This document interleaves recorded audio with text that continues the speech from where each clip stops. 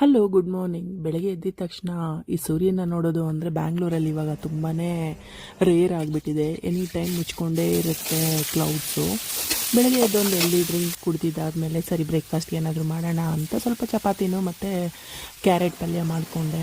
ಒಗ್ಗರಣೆಗೆ ಒಂದು ಸ್ವಲ್ಪ ಎಣ್ಣೆ ಮತ್ತು ಸಾಸಿವೆ ಜೀರಿಗೆ ಎಲ್ಲ ಹಾಕ್ಕೊಂಡು ಈರುಳ್ಳಿ ಕಟ್ ಮಾಡಿರೋ ಅಂಥದ್ದು, ಹಸಿಮೆಣ್ಸಿನ್ಕಾಯಿ ಮತ್ತು ತುರಿದಿಟ್ಕೊಂಡಿರೋ ಅಂಥ ಕ್ಯಾರೆಟು ಇದಿಷ್ಟು ಹಾಕಿ ಒಂದು ಸ್ವಲ್ಪ ಉಪ್ಪು ಹಾಕಿ ಮುಚ್ಚಿಟ್ಟಿದ್ದೀವಿ ಅಂತಂದರೆ ಸ್ಲಿಮ್ಮಲ್ಲೇ ಅದೇ ಹಂಗೆ ಬಂದ್ಕೊಳ್ಳುತ್ತೆ.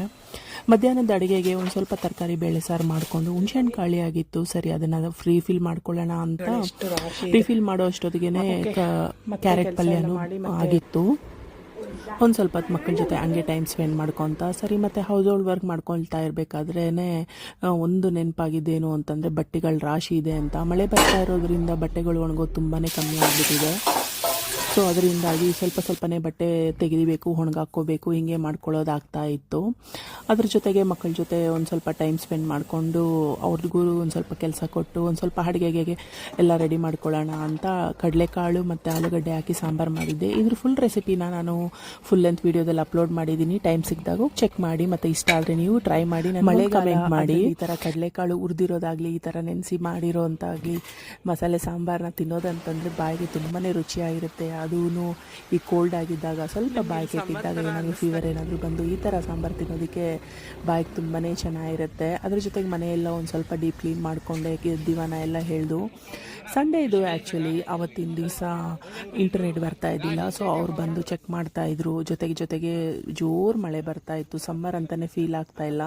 ಸ್ವಲ್ಪ ಮಳೆ ನಿಲ್ತಾ ಇದ್ದಂಗೆ JKVKಗೆ ಹೋದ್ವಿ ನಾನು ಮತ್ತು ಸುಶಾಂತ್. ಒಂದು ಸ್ವಲ್ಪ ಮಾವಿನಕಾಯಿ ಹಣ್ಣಾಗಿರೋವಂಥದ್ದು ಏನಾದರೂ ತೊಗೊಂಬರೋಣ ಅಂತ. ಇಲ್ಲಿ ಇರೋವಂಥದ್ದು ಆಲ್ಫಾನ್ಸಾ ಮತ್ತು ಬೇಗಂಪಲ್ಲಿ ಸುಮಾರು ಈ ಥರದ ಮಾವಿನ ಹಣ್ಣುಗಳು ಸಿಗುತ್ತೆ. ವಿತೌಟ್ ಪೆಸ್ಟಿಸೈಡ್ಸು, ಆರ್ಗ್ಯಾನಿಕ್ ಆಗಿ ಬೆಳೆದಿರೋ ಅಂಥದ್ದು ಮಕ್ಕಳು ತಿನ್ನಿಸೋ ತುಂಬಾ ಖುಷಿ ಆಗುತ್ತಲ್ವ. ಬೆಳೆಸೋದು ಅಂದರೆ ಸುಮ್ಮನೆ ಅಲ್ಲ. ಅಲ್ಲೊಬ್ಬರು ಪೇರೆಂಟು ಅವರು ಮಗ ಓಡ್ತಿದ್ದ ಅಂತೇಳಿ ಬೈತಾಯಿದ್ರು, ಏಕೆಂದರೆ ಅಲ್ಲಿ ಇರುವೆಗಳು ಕಚ್ಚುತ್ತೆ ಅಂತ.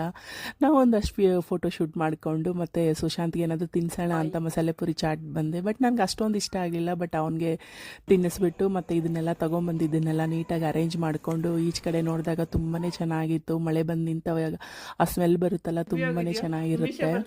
ಅದ್ರ ಜೊತೆಗೆ ಸುಶಾಂತ್ ಜೊತೆ ಒಂದು ಸ್ವಲ್ಪ ಮಾತಾಡ್ತಾ ಇರಬೇಕಾದ್ರೆ ಮಶ್ರೂಮ್ ಮಾಡ್ಕೊಡ್ತೀನಿ ಅಮ್ಮ ಅಂತ ಹೇಳ್ಬಿಟ್ಟು, ಇದು ಅವನ ಓನ್ ರೆಸಿಪಿ. ತುಂಬಾ ಟೇಸ್ಟಿಯಾಗಿತ್ತು, ತುಂಬ ಚೆನ್ನಾಗಿತ್ತು.